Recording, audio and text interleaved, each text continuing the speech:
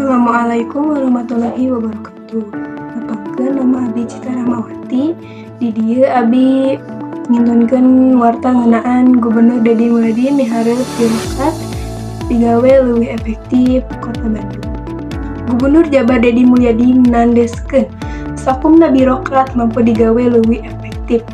Pangna kitu, pausahaan anu karandapan ayeuna nyaeta reana jabatan struktural anu leuwih remen mere parentah. Batan anu nya digawe.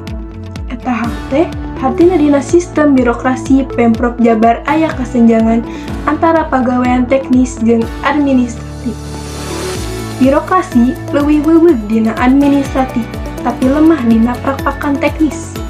Gubernur micontoh lemahna tim pangawas jeung palaksanaan pekerjaan di lapangan. Padahal pihakna sateka pola marnahkeun ngagawe Pemprov anu digawe secara adil di lapangan. Begituna, pihakna bakal nambah tenaga anu museur kana pangadean teknis secara langsung. Dina amanatna, nalika kegiatan halal bihalal di buruan Gedong Sate Kota Bandung, poe Senen 30 Maret 2026, Gubernur nandeskeun larapna aturan WFH di Pemprov Jabar geus dipajeut ti anggalan mula serta kabuktian efektif pengurangan konsumsi BBM, utamakan dina balanja rutin pemerintah. Sakitu wae di abdi. Wassalamualaikum warahmatullahi wabarakatuh.